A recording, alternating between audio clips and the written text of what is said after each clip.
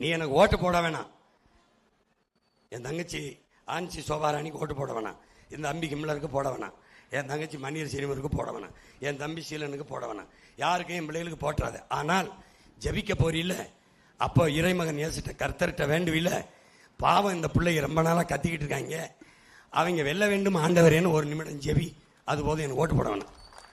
இப்போ எங்கள் வெற்றியை நான் கர்த்தர்கிட்ட ஒப்படைக்கிறேன்.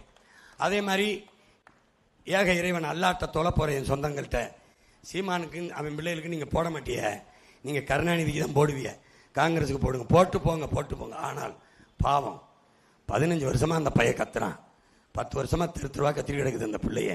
அல்லாஹ் அந்த பிள்ளைய வெல்லணும்னு ஒரு நொடி துவா பண்ணி விடுங்க. ஓட்டங்களுக்கு நீங்கள் போட வேணாம், அதை அங்கேயே போடுங்க. ஆனால் அல்லாட்ட சொல்லுங்க, எங்கள் வெற்றியை நாங்கள் இறைமகன் இயேசுகிட்டையும் அல்லாட்டையும் ஒப்படைச்சிட்டு போகிறோம். ஏற்கனவே முருகன்ட்ட சொல்லித்தான் வந்தேன், அவனை நேரடியாக பேசுவன்ல, சரி உன் பேரனை வெல்ல வைக்காம நீ இந்த நாட்டுக்கு மக்களுக்கு என்னதான்டா நல்லது செய்வேன்னு கேட்டேன். அவன்கிட்ட பதில் இல்லை.